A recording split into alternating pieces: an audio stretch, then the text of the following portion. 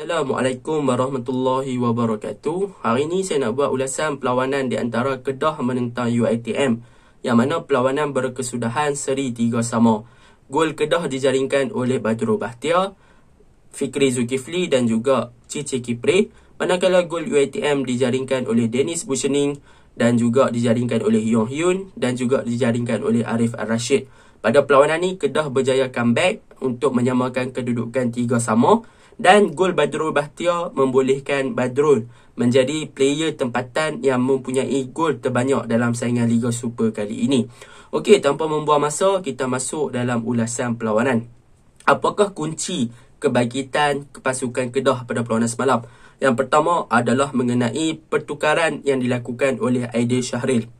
Yang mana pertukaran yang dilakukan oleh Aidil Syahril adalah satu tindakan yang bijak. Apabila Aidil Syahril tahu yang pasukan Kedah ketinggalan, maka beliau perlu melakukan pertukaran di bahagian serangan dan juga di bahagian tengah untuk memastikan Kedah mampu untuk meningkatkan intensity game dan juga boleh melajukan lagi game bagi mencari gol penyamaan. Jadi apabila berlakunya pertukaran di bahagian serangan dan juga bahagian tengah, maka pemain-pemain Kedah akan lebih overload di bahagian serangan, yang mana pemain-pemain Kedah akan lebih ramai di bahagian serangan berbanding pemain-pemain pertahanan UiTM di bahagian pertahanan. Jadi apabila pemain Kedah ramai di bahagian serangan, maka dengan secara tak langsung Kedah boleh tingkatkan kelajuan game, boleh tingkatkan intensity dan boleh perbanyakkan serangan. Maka tindakan ataupun pertukaran yang dilakukan oleh Aidil Syahril adalah sangat-sangat tepat. Sebab apa? Ketika itu pasukan Kedah sedang ketinggalan. Jadi apabila berlakunya pertukaran tersebut, Kedah bermain dengan lebih laju, Kedah bermain dengan intensity yang lebih tinggi, Kedah bermain dengan melakukan pelbagai serangan, maka Kedah mampu untuk memberi tekanan yang tinggi kepada pemain-pemain UiTM untuk memastikan mereka melakukan kesilapan mudah. Jadi Kedah dengan tindakan tersebut dan juga dengan pertukaran tersebut, Kedah berjaya untuk mencari 2 gol daripada Fikri Zulkifli, iaitu pemain gantian, dan juga Cici Kipre. Jadi memang tahniahlah untuk Aidil, satu tindakan yang bijak untuk membuat pertukaran bagi membolehkan Kedah lebih banyak player di bahagian serangan untuk mencari gol penyamaan. Itu yang pertama. Yang kedua, apa yang boleh saya puji tentang pasukan Kedah adalah mengenai kesungguhan. Yang mana kesungguhan player-player di bahagian hadapan yang diketuai oleh Cici Kipre dan juga Badrul Bahtiar telah membuktikan yang mereka mempunyai semangat yang sangat tinggi untuk memastikan mereka mampu membawa pulang walaupun satu mata, untuk memastikan yang tempat mereka ke AFC Cup pada saingan hadapan masih lagi berpeluang dan juga terbuka luas untuk perebutan tempat kedua. Jadi dengan semangat mereka ni, mereka tak berputus asa. Mereka cuba dan cuba dan cuba, akhirnya mereka berjaya untuk menjaringkan gol.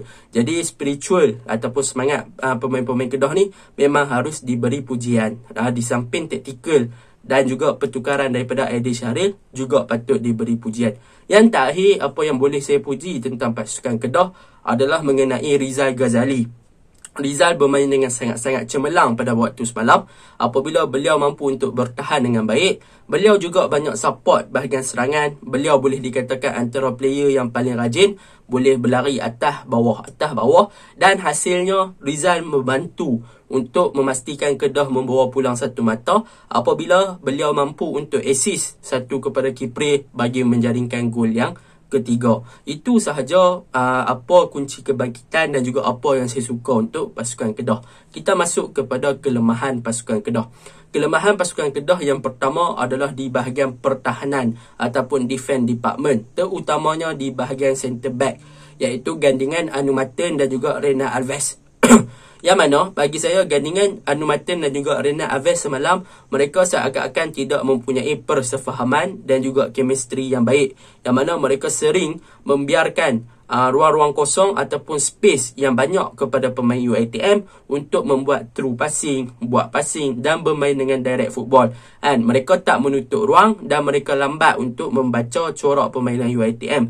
Jadi memang pertahanan tengah Kedah semalam agak beraksi di bawah bukan tahap sebenar mereka. Bahkan untuk pertahanan import yang berpengalaman seperti Reynald Alves, beliau telah melakukan satu kesilapan yang sangat-sangat besar. Apabila beliau di-pressure oleh Victor Renaud, beliau tidak membuang bola itu untuk memberikan corner ataupun throw in kepada UiTM. Sebaliknya, beliau passing balik ke dalam kotak penalti dan memberikan gol kepada UiTM. Sepatutnya kesilapan begitu tidak patut dilakukan lah.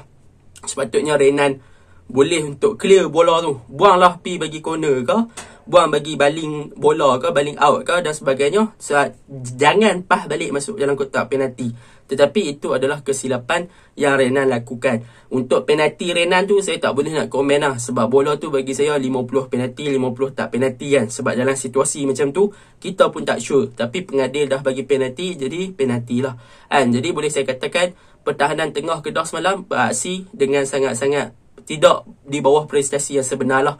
Banyak kesilapan, banyak off marking, banyak ruang kosong diberi, banyak biarkan pemain-pemain UiTM kontrol game pada pelunas malam. Yang kedua, kelemahan Kedah yang kedua adalah di bahagian defensive midfielder ataupun pertahanan, di bahagian tengah bertahan, DMF lah, defensive midfielder, yang mana Kedah menurunkan Amirul Hisham dan juga Asnan Ahmad untuk bermain sebagai defensive midfielder. Tetapi kedua-dua player ni gagal untuk bermain dengan agresif dan telah membolehkan bahagian tengah UiTM untuk bergerak dengan lebih bebas. Sebab apa? Sebab UiTM bermain dengan direct football, jadi mereka berpaksikan dan juga berfokuskan kepada bahagian sayap kanan dan juga bahagian sayap kiri untuk merencanakan corak permainan, dan mereka membiarkan Dennis Buschening dan juga Yong Hyun untuk kawal bahagian tengah tanpa pressure ataupun memberi tekanan kepada dua player UiTM ini. Jadi Asnan Ahmad dan juga Amirul Hisham semalam mereka tak bermain dengan sangat-sangat agresif, mereka tak pressure, mereka biarkan pemain-pemain UiTM untuk kontrol bahagian tengah. Tetapi untuk Badrul Bahtiar, saya boleh bagi pujian. Sebab apa? Sebab Badrul bermain sebagai attacking midfielder. Jadi beliau memang more to attacking. Beliau lebih kepada bahagian serangan dan memang beliau bantu bahagian serangan. Jadi untuk Badrul nak turun sangat bantu bahagian pertahanan pun dia susah lah. Kalau Badrul turun, bahagian serangan pula tak cukup orang. Jadi Badrul terpaksa pilih untuk bantu bahagian serangan berbanding untuk backup kepada Asnan dan juga Amirul Hisham. Sebab Asnan dan juga Amirul Hisham dah dua orang main defensive midfielder. Sepatutnya mereka berdua boleh kawal bahagian tengah dengan baik. Tetapi semalam mereka tak pressure dan mereka tak agresif. Itu sahaja untuk pasukan Kedah. Okey, kita masuk ke dalam pasukan UiTM pula. Okey, untuk pasukan UiTM, apa yang saya suka adalah mengenai Victor Renaud, yang mana pada pelunas malam itu adalah satu tindakan yang bijak daripada seorang coach Ridwan Abdullah, yang mana UiTM tiada seorang striker, mungkin Joe Vinicius injured ataupun sebagainya.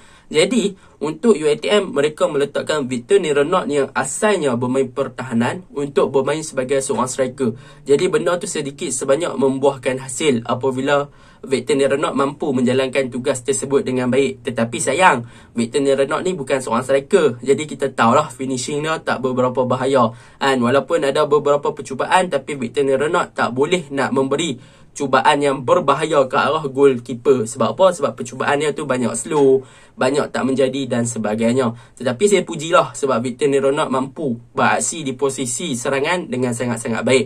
Yang kedua, apa yang saya suka tentang UiTM adalah di bahagian tengah, yang mana mereka bermain dengan single pivot, iaitu seorang pertahanan, seorang pemain tengah defensif, iaitu Osman Fane. Yang mana kita tahu work rate Osman Fane ni memang sangat-sangat bagus. Jadi semalam ketika Kedah ingin melakukan serangan, Osman Fane adalah orang yang perlu dihadapi oleh barisan serangan Kedah.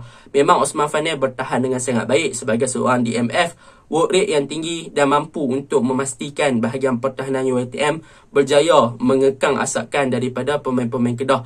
Tetapi sayang, untuk 90 minit, untuk masuk minit ke 60 lebih, ke 70 lebih, pemain-pemain UiTM mula hilang fokus, mula hilang disiplin, menyebabkan Kedah mampu untuk menjaringkan gol. Itu yang kedua yang saya suka. Yang ketiga yang saya suka tentang pasukan UiTM adalah mengenai direct football yang mereka lakukan, terutamanya gerakan-gerakan yang dimulakan oleh Dennis Buschening, Yong Hyun dan juga Sean Jenely, yang mana mereka beraksi dengan sangat baik lah di bahagian serangan pada pelunas malam. Okey, kita masuk ke dalam kelemahan pasukan UiTM.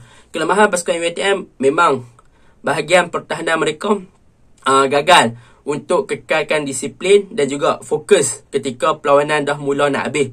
Yang mana mereka terlalu lalai, mereka bagi space kepada pasukan Kedah untuk buat hantaran lintang, untuk pressure mereka, memberi tekanan kepada mereka, membuat serangan kepada mereka tanpa mereka absorb ataupun menyerap tekanan-tekanan tersebut. Mereka ingat Kedah dah kena 3-1, kemungkinan Kedah tak boleh nak comeback dah sebagainya.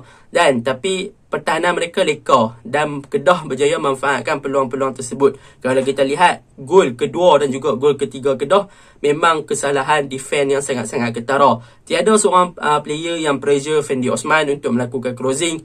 Bahkan Fikri Zulkifli berada dalam kedudukan kosong tanpa dimarking. Dan gol ketiga Kedah melalui Kipre. Rizal Ghazali melakukan hantaran di belakang Kipre. Kipre dengan senangnya melepaskan diri daripada kawalan Kuzaimi pada ketika itu. Jadi memang buktilah pemain-pemain pertahanan UiTM dah mula hilang fokus pada penghujung-penghujung game dan menyebabkan Kedah boleh comeback pada perlawanan semalam. Okey, satu lagi saya lupa. Pujian juga harus diberikan kepada Zamir Selamat. Yang mana Zamir Selamat bermain dengan cemerlang pada perlawanan semalam. Beliau beraksi dengan sangat baik, berjaya menepis banyak percubaan-percubaan berbahaya daripada pemain-pemain Kedah. Kalau Zamir tak beraksi dengan baik semalam, saya rasa Kedah dah boleh menang daripada awal game lagi, daripada first half lagi kan. Jadi secara keseluruhannya kedua-dua pasukan beraksi dengan baik, sering berbalas serangan, tetapi disebabkan kelalaian dan juga disebabkan tak berdisiplinnya di bahagian pertahanan, kedua-dua pasukan terpaksa menerima nasib yang sama, iaitu seri. Assalamualaikum warahmatullahi wabarakatuh.